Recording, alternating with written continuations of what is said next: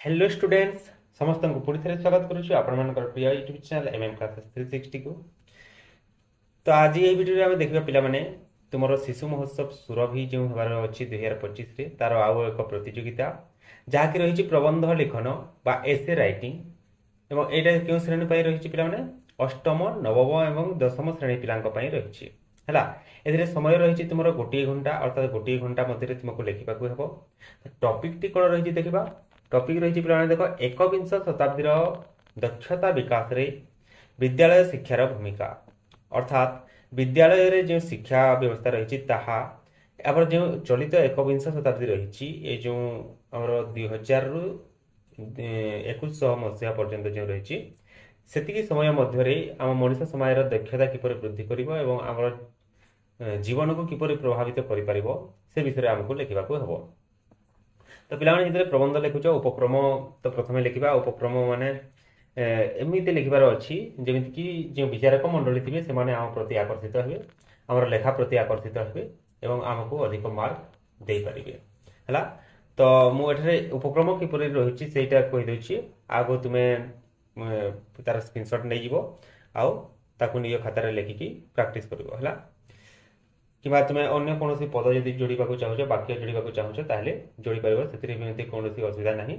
आउ गोटे कथा पिलाने तो यही चैनल आम सुरभिर सब प्रतियोगितार भिडियोटा अपलोड कर सारी। तो तुम्हें जब से गुड़िक देखा चाहो तुम्हें ए प्रतियोगी न हो जदि अन्य कौन प्रतियोगी अच्छ ताले से वीडियो तुमको यही वीडियो डिस्क्रिप्शन में तार लिंक मिल जाए देखी नियो है। तो जदि यही वीडियो यहीटा देखा चाहो ताहले देख उपक्रम किपर लिखा। देख दिन जाए दिन आसे अबारित बारिधारा पर गड़ी चले समय स्रोत एटारे आम एकविंश शताब्दी टी वर्णना करवा है। तार गति चिरंतन अथच से नित्य नूतन यह समय को कहुच्छी है। तार आदि नाही अंत भी नाही से अनादि से अनंत से असीम जे ताको चिन्हिछि तार मूल्य बुझी से जानी समय बड़ बलवान समय सर्वशक्तिमान मनुष्य ताको मापिब से घंटा मिनिट मास और वर्षर मापकाठी नहीं अतीत वर्तमान और भविष्यतर विभाजन रेखा टाणी। तो देख ये आम कौन कला पे समय विषय लिखला समय आम एकविंश शताब्दी समय को आमको आने लेखा मध्यम विंश शताब्दी जामर विंश शताब्दी जाई एकविंश शताब्दी चलुची तो सेटा को आम प्रकाश कर अच्छे है। आग कौन लिखा देख पे विंश शताब्दी आज अतिक्रांत ताहा आज मनीषर अतीत आगरे पड़ी एकविंश शताब्दी सुदीर्घ पथ मनीष आगरे आज समय आह्वान एकविंश शताब्दी आह्वान जड़े उत्तम मनीष होगापाई गोटे समृद्ध और बलिष्ठ जाति गढ़ापी एक सुस्थ और सुख शांतिमय मानव समाज सृष्टि करने। तो ये सब आम चैलेंज पिला माने एकविंश शताब्दी आम गोटे चैलेंज रही कौन करने जे आमे किपरि सुस्थ सबल हो बंचिबा एवं किपरि एक भल समाज गठन करबा से सब आम गोटे गोटे आह्वान बा चैलेंज हिसाब से रही है।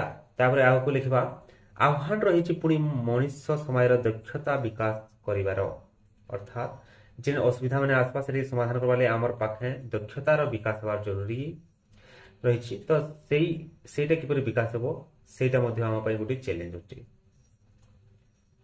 ते प्रश्न उठे ए दिगरे मनीष को सहायक हेब किए एपरी प्रश्नर उत्तर खोजार निष्कर्ष आसे विद्यालय विद्यालय ही से अनुष्ठान जहाँ मनीष समाज को एकविंश शताब्दी समस्त प्रकार असुविधार मुक्त करी एक नूतन जुगर स्वाद देव।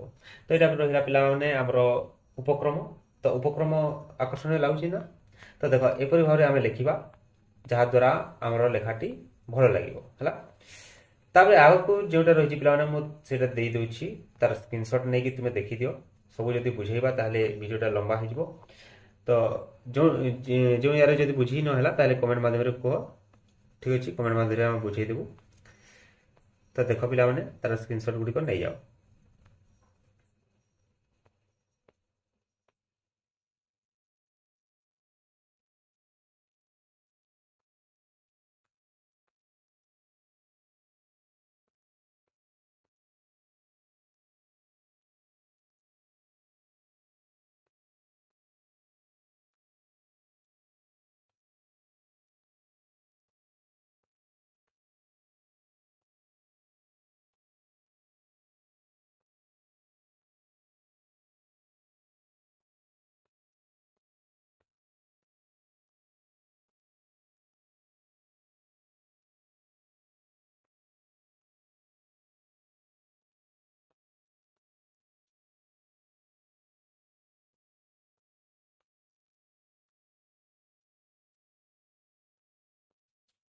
ତ ଏତିକି ରହିଛି ପିଲାମାନେ।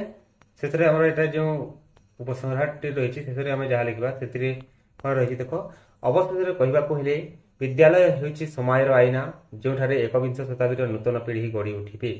ଯଦି ବିଦ୍ୟାଳୟ ଶିକ୍ଷାର୍ଥୀଙ୍କୁ ଜ୍ଞାନ ସହିତ ଦକ୍ଷତାରେ ପ୍ରଶିକ୍ଷିତ କରିପାରେ, ତେବେ ପ୍ରତ୍ୟେକ ଛାତ୍ର ଆଗାମୀ ସମୟରେ ଦେଶର ପ୍ରଗତିର ସ୍ତମ୍ଭ ହୋଇପାରିବେ। ତ ଏତିକି ରହିଛି। ଭିଡ଼ିଓଟି ତୁମ ପାଇଁ ଯଦି ଉପଯୋଗୀ ହୋଇପାରିଛି ନିଶ୍ଚିତ ଭାବେ ଗୋଟିଏ ଲାଇକ୍ କରିବ ଏବଂ ଆମର ଚ୍ୟାନେଲକୁ ଯଦି ସବସ୍କ୍ରାଇବ୍ କରିନାହ ତାହେଲେ ସବସ୍କ୍ରାଇବ୍ କରିକି ରଖିବ ପରବର୍ତ୍ତୀ ସମୟରେ ଏହିପରି ଭିଡ଼ିଓ ପାଇବା ପାଇଁ। ଠିକ୍ ଅଛି ପିଲାମାନେ, ଧନ୍ୟବାଦ।